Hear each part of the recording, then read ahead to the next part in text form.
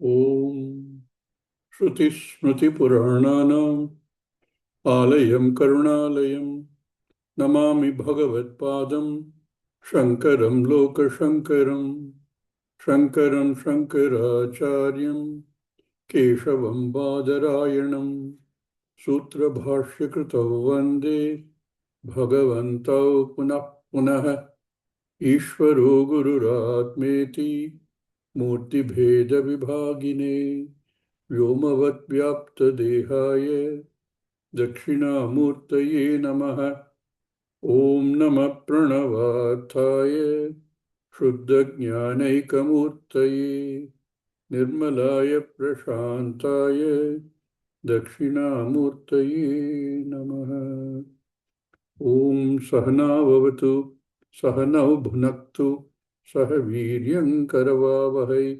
Tejasvinavaditamastu ma vidvishavahai. Om Shanti Shanti Shanti.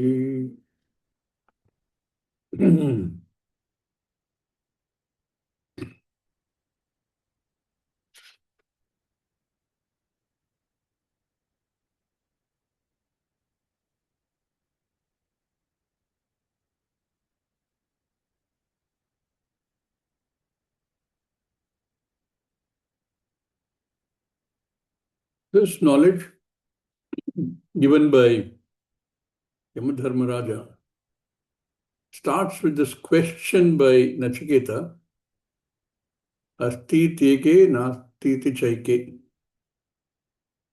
Long before. And then he continues the question later after some discussions, which indicate that he knew Asti, that there is something beyond the physical body. So when he starts questioning, please tell me about that which is dharma dharma ananyat, that which transcends all these. Now going back to the first question of Nachiketa, and I was thinking, suppose the reality was that there is nothing. Look at the Nachiketa's question. It is typically the kind of question a child will ask. What happens after death? I'm sure many of us have asked the same question, either directly or indirectly. We've asked also many people, particularly when there's been a death in the family. The grandfather passes away. The child wonders what happened. Only yesterday I was talking to grandfather. Today they've taken him, and what happened? Very innocent question. The very first question of Nachiketa, what happens? And people give all kinds of answers because parents also can't really tell them. Swamiji has a different aspect, different point of view on that. I've seen him tell children, you were never born. So where's the question of dying? And we thought, he's telling 6, 7-year-old children, will they understand? We find it difficult to understand. But he says that's the correct thing to do. You must tell them the truth. And say it in a way which they will understand. It registers. Anyhow, that is the question. What happens when a person dies? Will I be able to talk to that person? Those are questions that come to any child's mind. Suppose for a minute that the answer to that is there is nothing after death. What are the implications? What does it mean? Think about it. The first thing that comes to my mind is the whole process of birth is random. Because after death, there's nothing. The whole process of people dying is random. No, random means what? That there is no logic behind it. There's no reasoning cause behind it. Which means this whole process of birth and death has no logic behind it.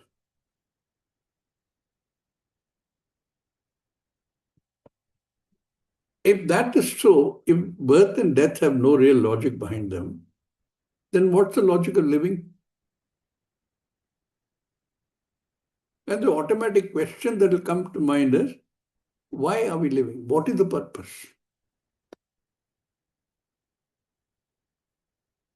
So there are many implications if you assume for a minute that there is nothing after death, that there is no connection, that there is therefore no rebirth. It's an interesting question to think about. There is nothing after death. This is what the Sankhya say. There is nothing after death. So what happens to life? What is the purpose of life? Why am I living? So what will happen? I will do anything that seems to give me a momentary pleasure. This we all experience. Something gives me momentary pleasure, or at least I assume that that is what gives me momentary pleasure. So I go from pleasure to pleasure to pleasure. Dharma has no role. If you ask to anybody who falls under the assumption that there is nothing after death, what is the purpose of dharma? Every religion tells us, do this, don't do this. That becomes only relevant thing. Everything else becomes meaningless. Then you ask, why should somebody follow those commandments? Do this, don't do this. The only possible explanation for that is somehow every being knows that if I do something which is prohibited, and what is prohibited? Basically, if you define it as saying something which you don't want done to you, that is prohibited. So you don't want people to hit you, harm you in any way. You don't want any being to do that to you. So if you accept that, then you don't do anything to anybody else. Now, if you do, what happens? If you assume that there is nothing after death, what is the result of that? The only possible explanation which would justify that is that it causes inner conflict because I know it is not to be done, not because my religious textbook says not to be done, because I know inherently that it is not to be done. So when every religion says don't lie, don't steal, don't covet other people's properties, because I don't want that done to me. Then what happens? The only thing I'm trying to avoid is the conflict it creates within me. And why do I want to avoid the conflict? Again, it goes back to the same thing, saying that I want to avoid the conflict because that is disturbing, that is unpleasant. Therefore, I want to do things which are pleasant to me. I want to be happy, and I'm assuming, since there is nothing after death, that whatever pleasure I have to get, whatever happiness I have to get on my own in this Janma. Through whatever means I can reach. Only thing is that I have to do that in such a fashion that it doesn't go against, I'm using the word dharma, against the natural order. Because natural order, if I go against, that's going to create more problems for me. So every time I do something, I reach out to something which I think is giving me temporary or momentary pleasure. I have to also see that it does not create unhappiness in me because of disturbance within myself. So all these are implications if you make an assumption that there is nothing after death. You take one more step. You question these, then religion falls back on saying that no, it is not that there is nothing after death.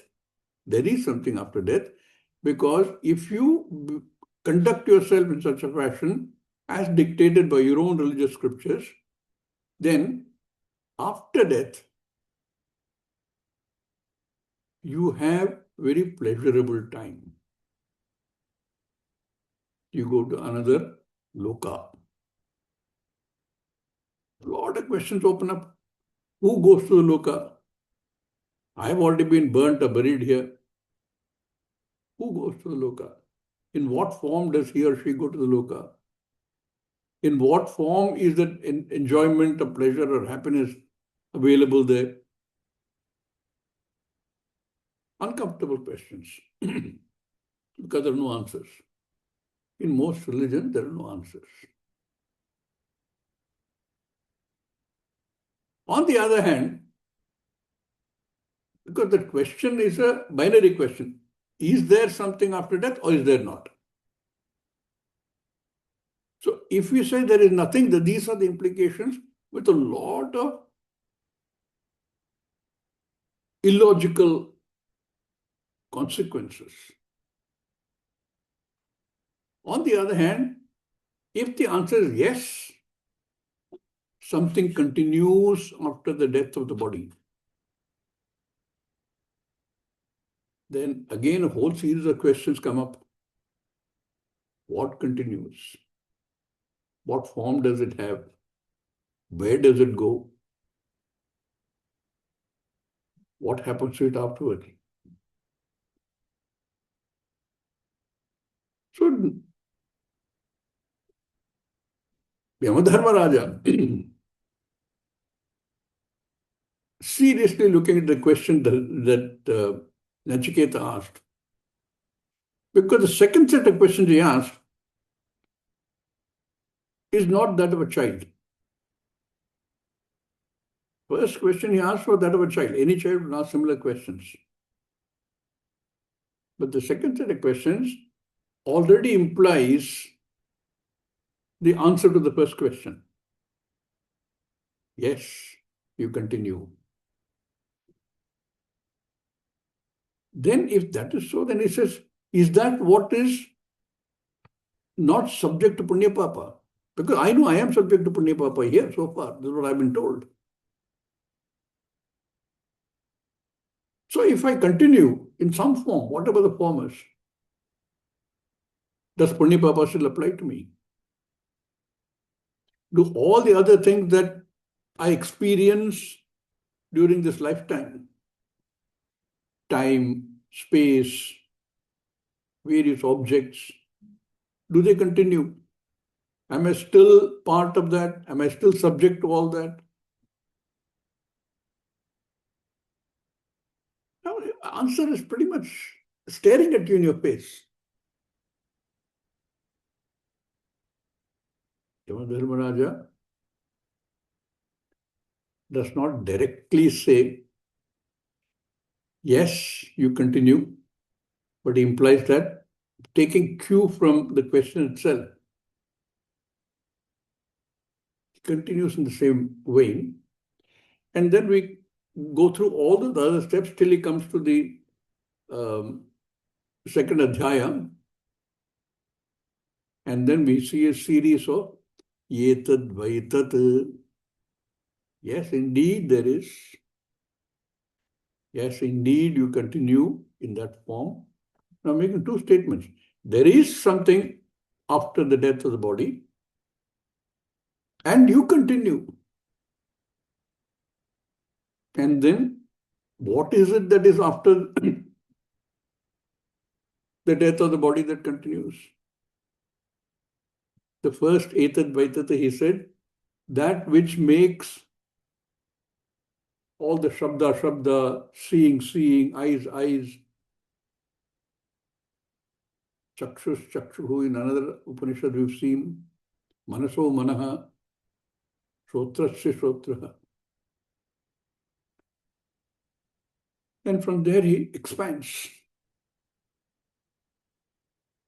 He says that everything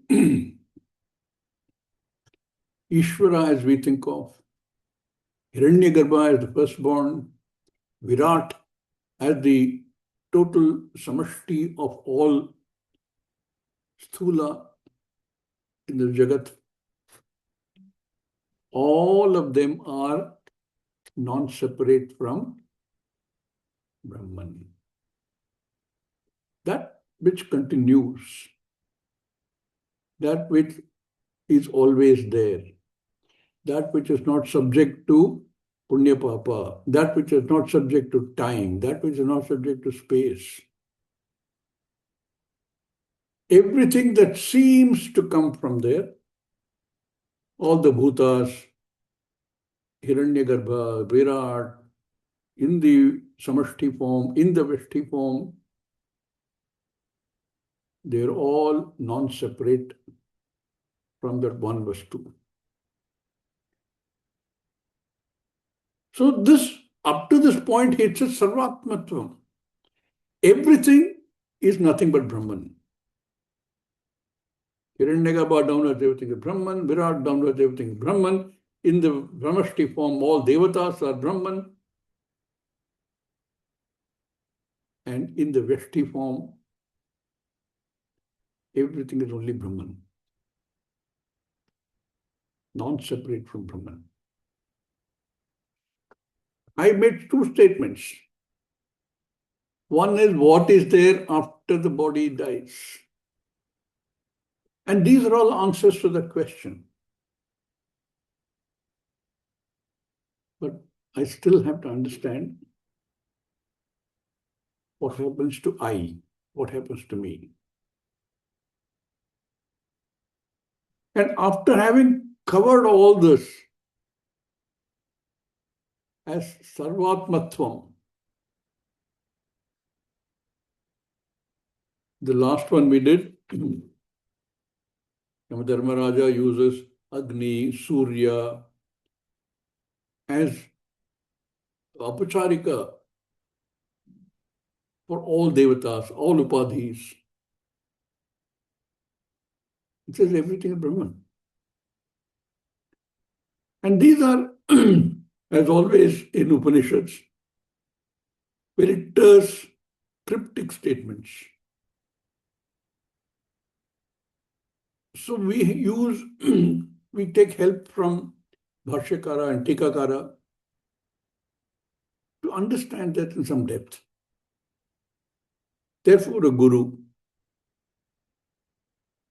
can unfold it for us. Having done all that,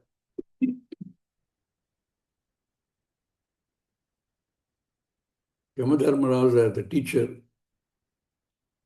now addresses the second question that I raised. What is, if any, the difference between I, the Jiva, and Ishvara? And this is what we've been trying to understand in the Mahavakya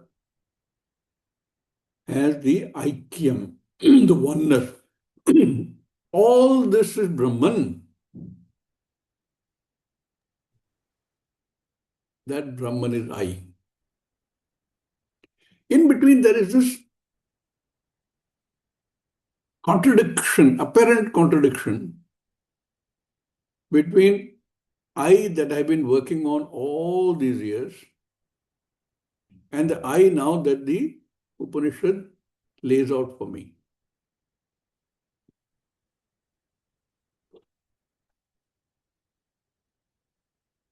And to understand this, Upanishad expands on this. In this Valli, there are a few verses which expand on this.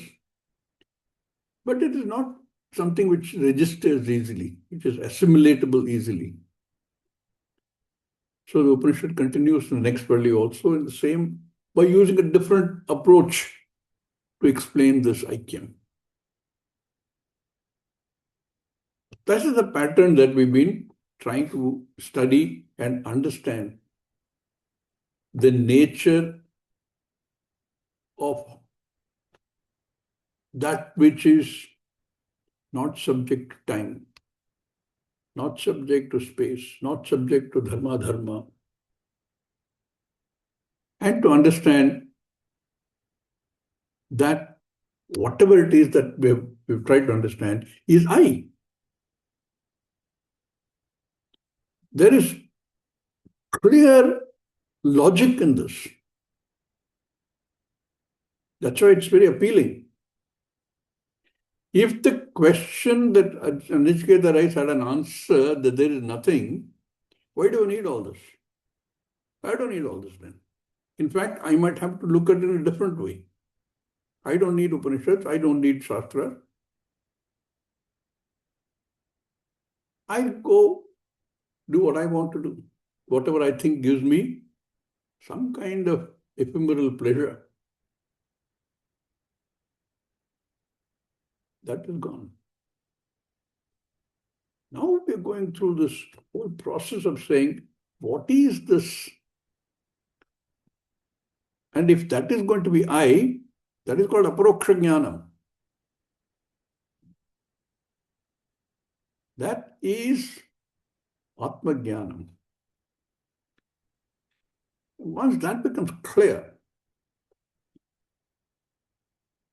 through this process, which also our Shastra specifies, a process of Shravanam, Mananam, and Nididhyasanam. Shastra recognizes what we go through.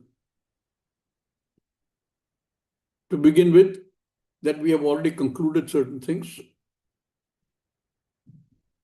and to address that.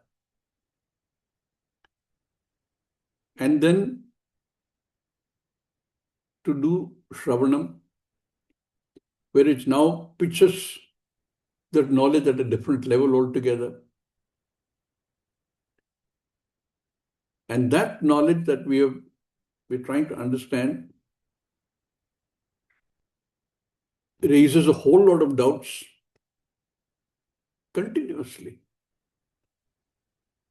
And address all those doubts through this continued process of Shravanam and Mananam, Shravanam and Mananam, Shravanam and Mananam.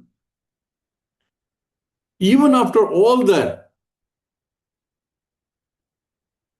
to gain that tattva as I, aparokshataya, doesn't happen easily. We are conditioned. Human thinking is conditioned by many janmas. It doesn't easily accept something so radically different. That is what Shastra calls viparita bhavana. And to overcome that is when nididhyasana becomes critically important.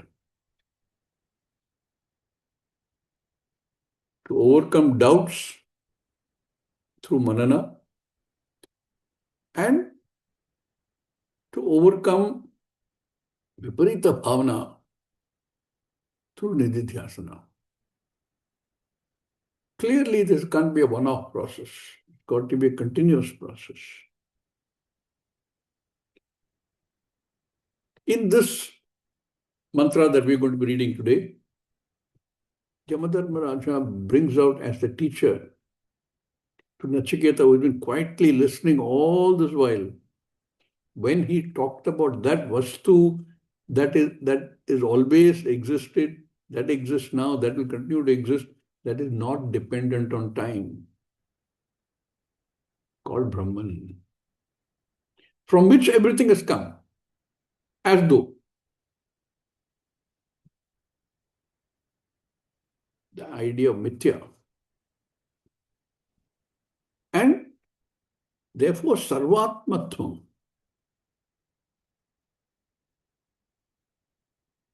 But this doubt can still remain. What kind of doubt? Acharya himself points it out in the link to this mantra. Let's read that. Can you put that on?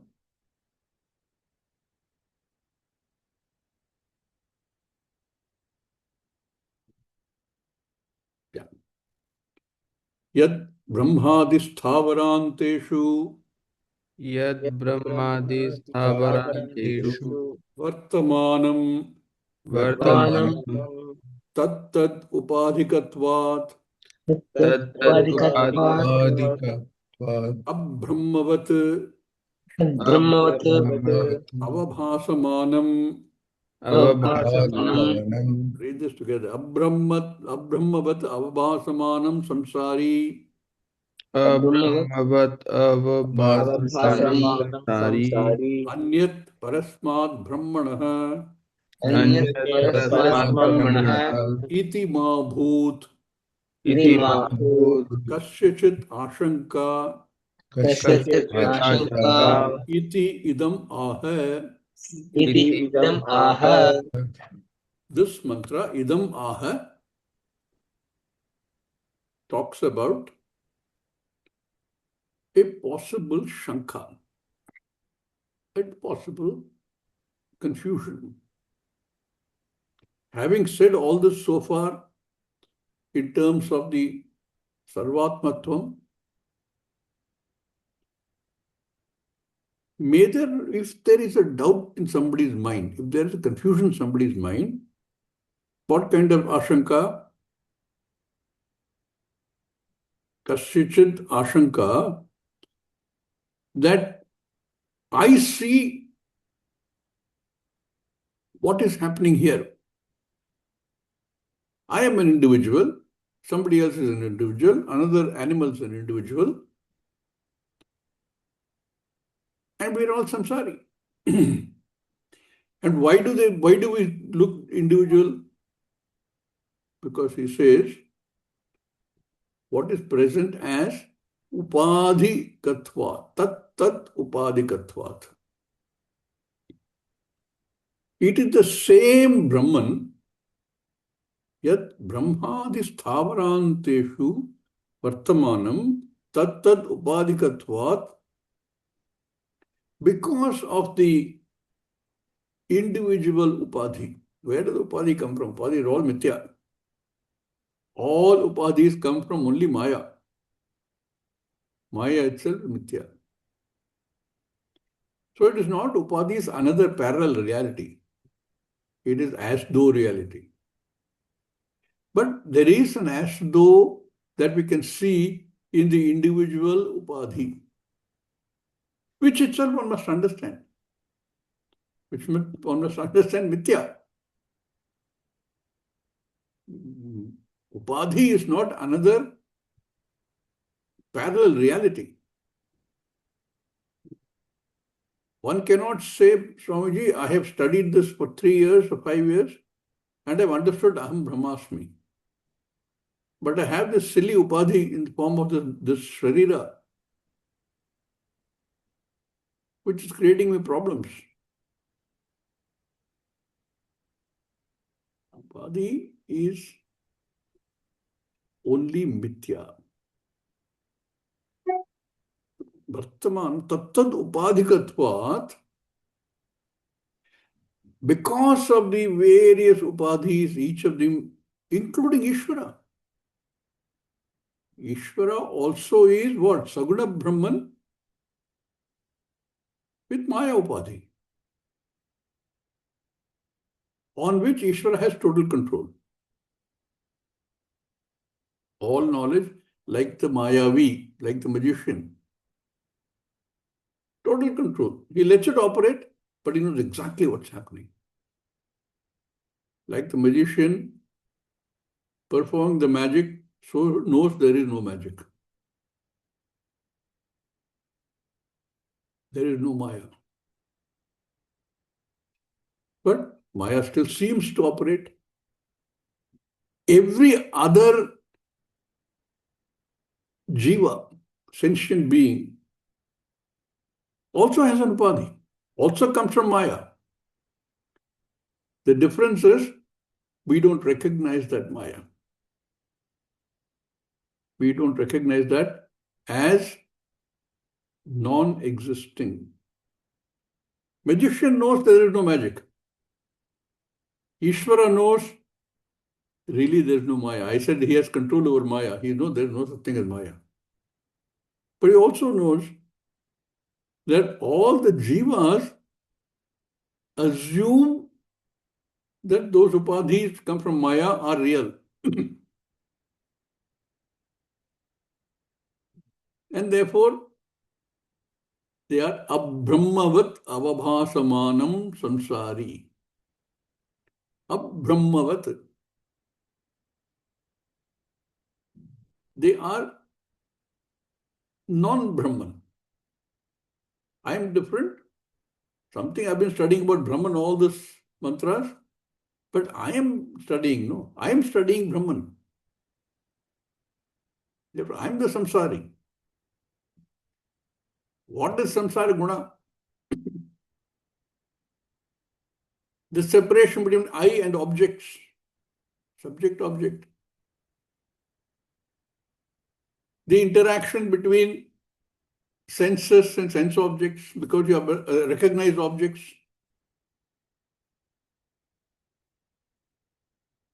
That is samsari. Abbrahmavat. It only appears as though because of the upadhis, which are non-existent. Magician knows there is no magic. The people who are watching the magic don't know.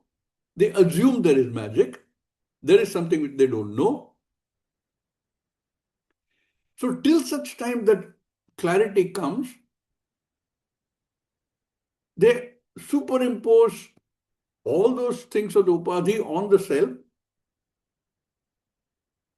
It therefore looks like abbrahmavat samsari.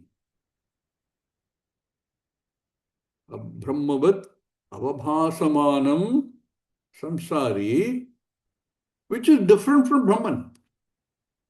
That samsari is not the same as Brahman. Anyat parasmat brahmana. Brahmana here will be Panchami. Different from Brahman. From the limitless Brahman, Parabrahman. Nirguna Brahman.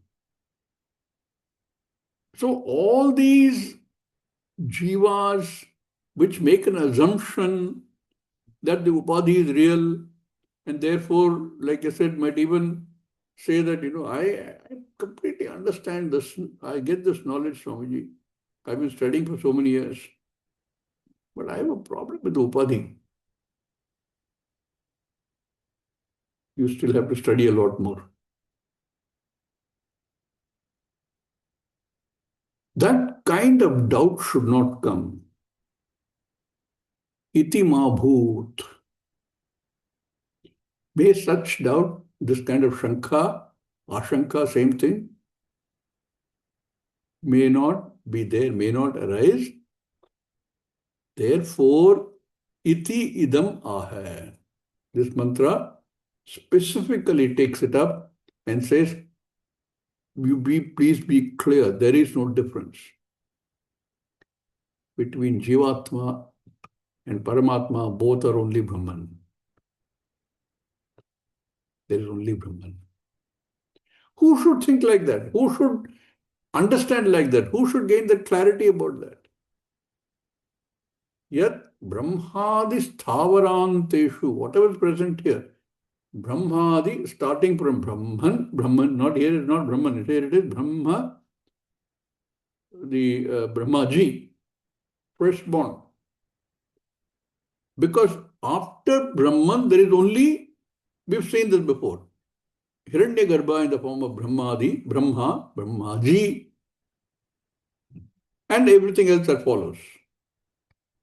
Brahmadi sthavaranteshu. In many places, you will this kind of phrase you will see. That means including everything. All the apparent multiple forms that you see here, both sentient and insentient. This thavara comes from the stha dhatu, that which is unmoving. A mountain, unmoving. Sthavaranteshu,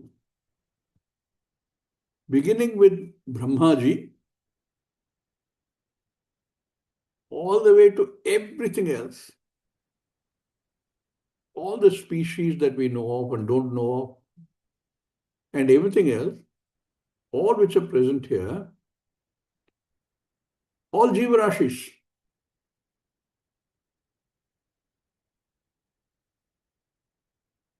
Sthavara, like I said, that which is unmoving. You can also have things like sun, etc., bhaswara. That was always shining. Sun, etc. Even Ishvara comes in the same thing. Ishvara, who is always the Lord, who doesn't have a Lord himself. Ishvara. Everything inclusive. All Jivarashis inclusive. Jivarashis are categorized into, Jivarashis mean also all sentient beings, into four broad categories. We have mammals, Jarayujam, which are born directly. You divide on the basis of how they are born. All mammals are born directly, nothing in between. Then there are other forms of life which are born of eggs,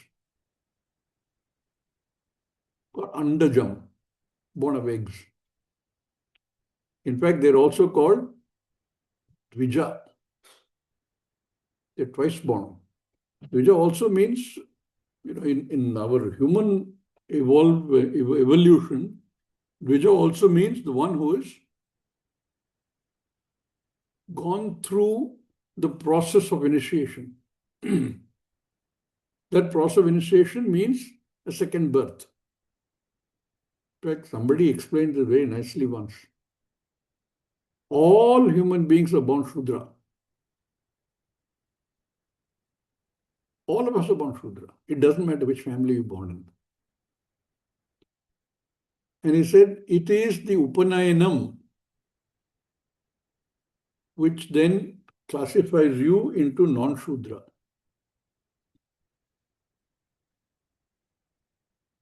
Other than those who continue to be Shudra, they all go through Upanayanam process,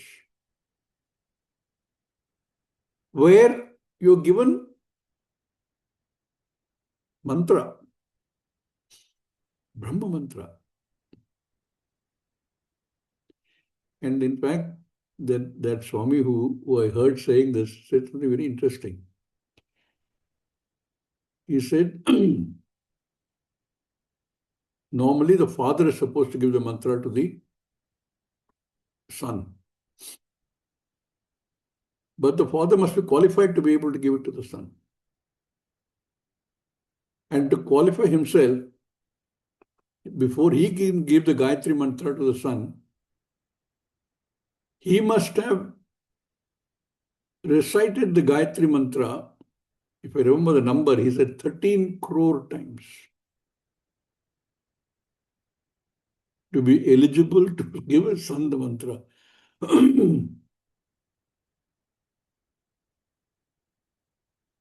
In fact, during the Upanayam, there are certain rituals where the father, before he gives the Brahmopadesham to the son or daughter, I believe earlier even daughters used to get the same.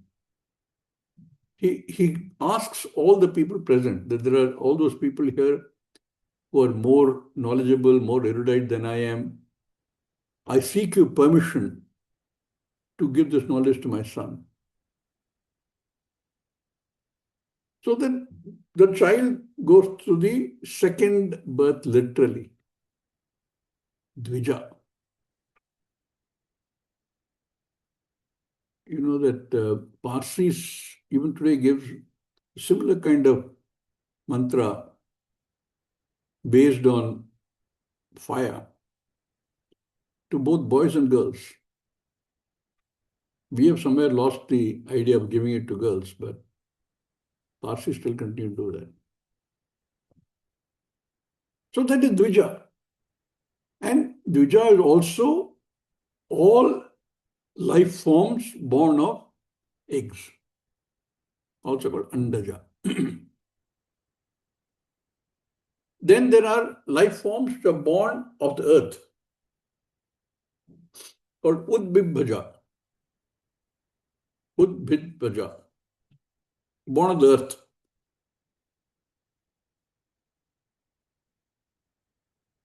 Maybe you could also call them Bhuvanaja. Earth is Bhuvana, no?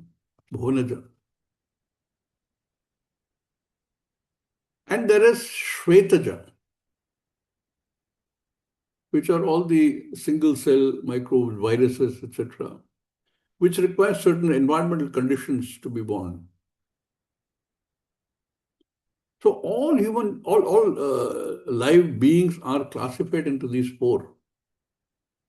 And when you say Brahmadi Sthavaranteshu, it includes all Jivarashis. All of them, they look different because of the Upadhi. A tree has a different Upadhi. A mosquito has a different Upadhi. Humans have different Upadhis, and within humans, Upadhis are different. All these Upadhis create apparent differences between life form and life form, between the same species of life forms, between life forms and non-life forms, between life forms and Ishvara.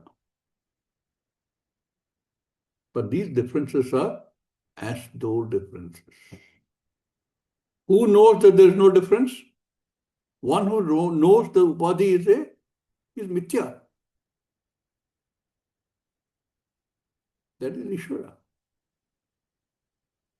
What happens to the person who gains jnanam, who understands all this? He also knows that there is no Upadhi.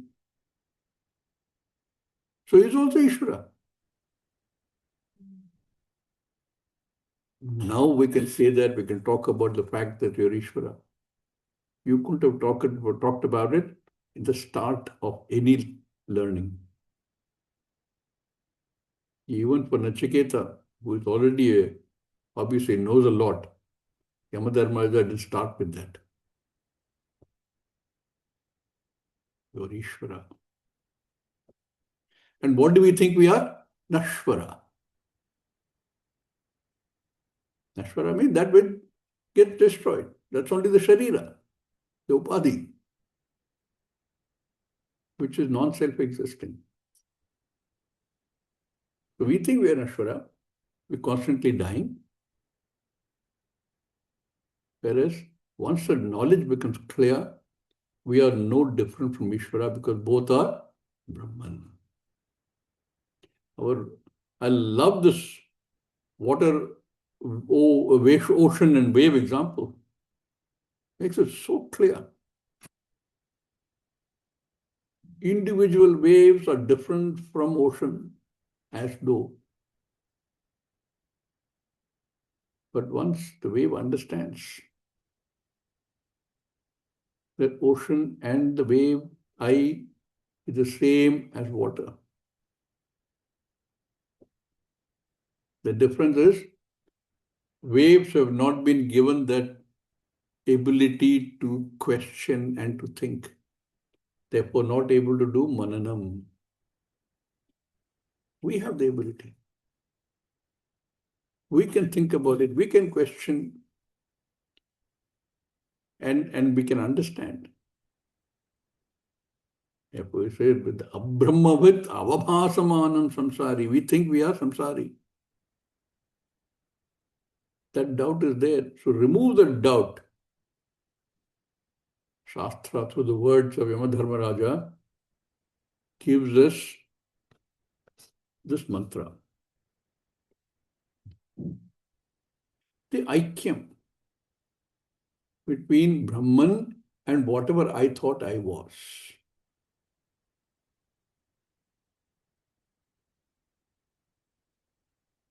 Yadeveha tadamutra.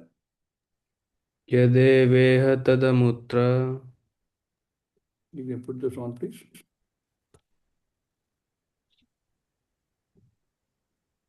Yeah. Yadamutra tadanviha. Yadamutra tadanviha.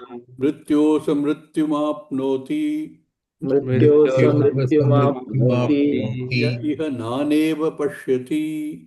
Iha Ya iha naneva naneva pashyati. pashyati. Nana iva pashyati.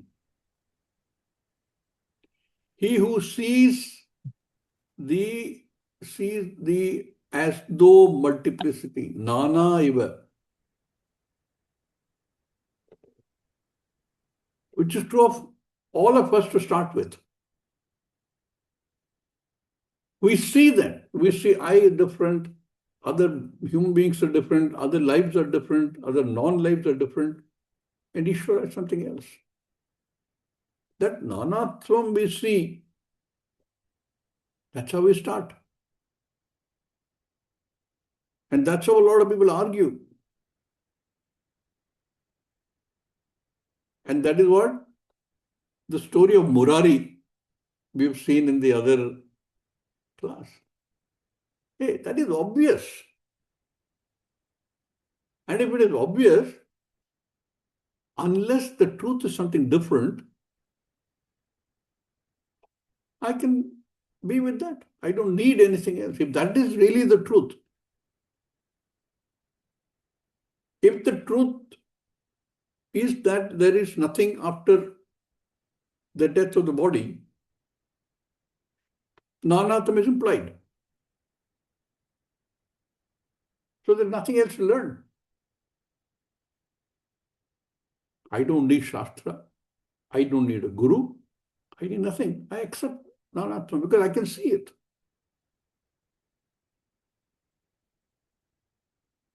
I can see that everything different. Everything is different. I can see the differences. So I am like the fellow sitting in front of the magician. And from that context, I am ignorant because I don't know.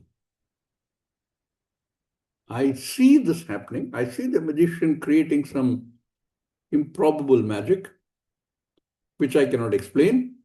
I accept it as magic. Same way I accept this whole Jagat as magic. Something which is there is one to be wondered at.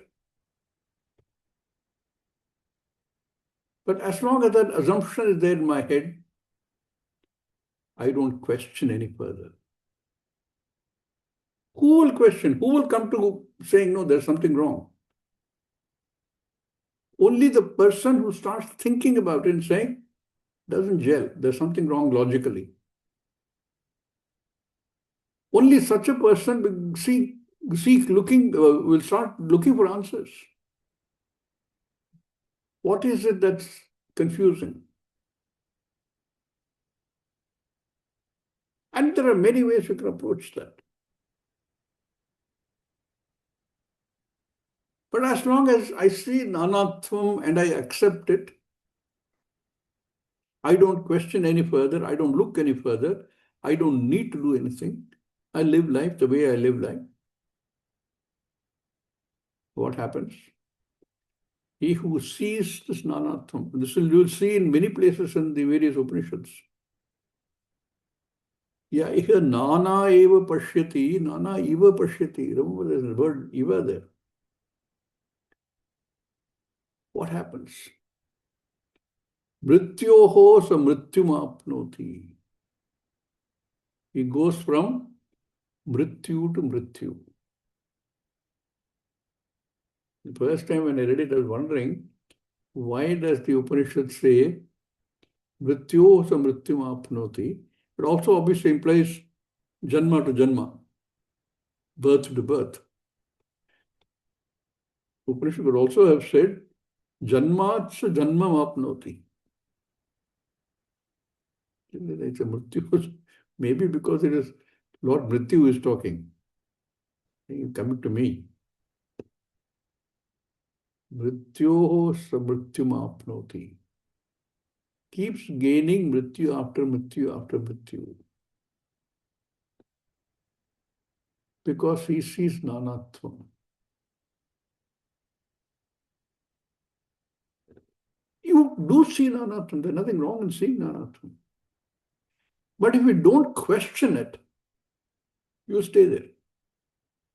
True of anything. And the reason you question is because some part of it does not sound right. That's why I started with that question in the beginning.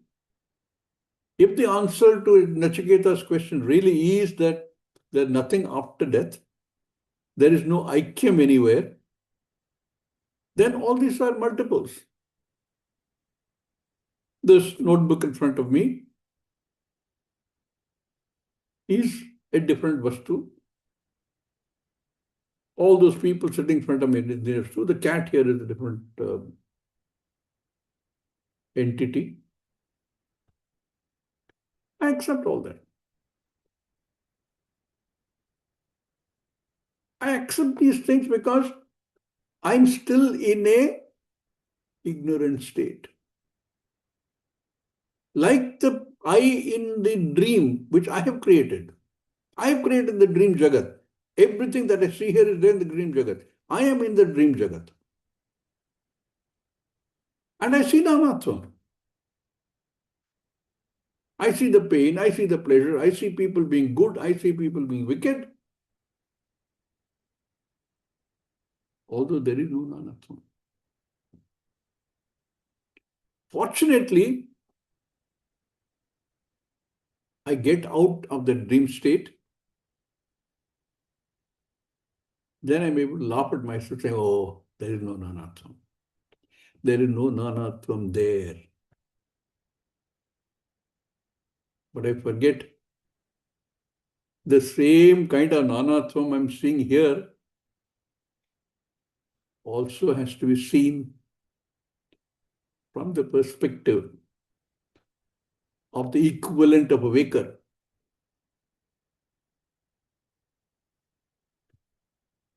If I don't, this is the consequence. Mrityoho samrityam apnoti.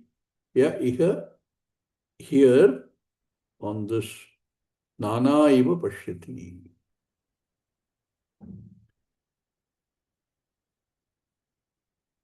Why does he say that? Because the first line is very clear. Yad eva iha tad amutra. So in many places we use iha and amutra to indicate this samsara in the form of the world that we know, and amutra as other lokas, Martya and other lokas, iha and amutra, other place. But here, meaning is slightly different. Yat eva iha, yat eva iha vastu tad amutra. It is the same. This Jivatma I'm seeing here with all the upadhis, multiple upadhis, is the same as the Paramatma with its own upadhi, because both are nothing but Brahman without upadhi. There is no upadhi. Upadhi is a imagined upadhi, because we are still in the equivalent of a dream. Therefore, we accept that upadhi. Therefore, we accept nanatvam. Not even accept, we assume and aggressively espouse the cause of nanatvam. But what is the reality? Yad eva iha tad amutra. That Jivatma and Paramatma are both nothing but Brahman. Ya iha yad amutra. That Brahman you see in the form of Parameshwara, in the form of Jiva, tadanviha. It's the same thing. This is one of the powerful mantras talking of Aikyam. That the Jiva that I see as an individual I is non-separate from the Samashti I, which is Ishvara. And neither of them is different from Brahman, which is without any vadhi, any guna.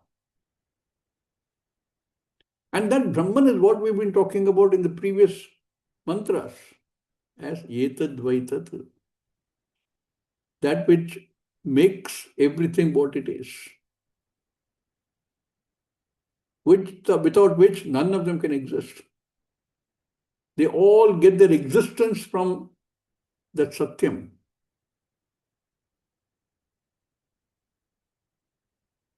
That Satyam is I. Therefore, Yad Evaiha Tad Amutra, Yad Amutra Tadanviha. I have no way of contradicting this. I can't say I see Nanatvam. Okay, go ahead and see Nanatvam. Because Nanatvam, Nana Iva Pashyati. Nana Iva Pashyati. Then my level of understanding is limited to that, which means I will go through the whole cycle over and over and over again. Mrityoho samrityum apnoti.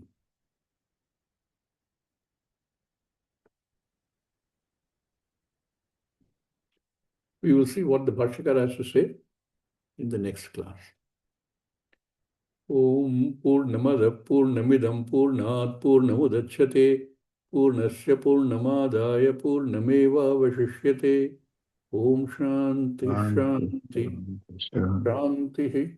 Harihi Om Shri Gurubhyo Namaha. Harihi Om. Namaste Swamiji. Om. Om. Om Swamiji.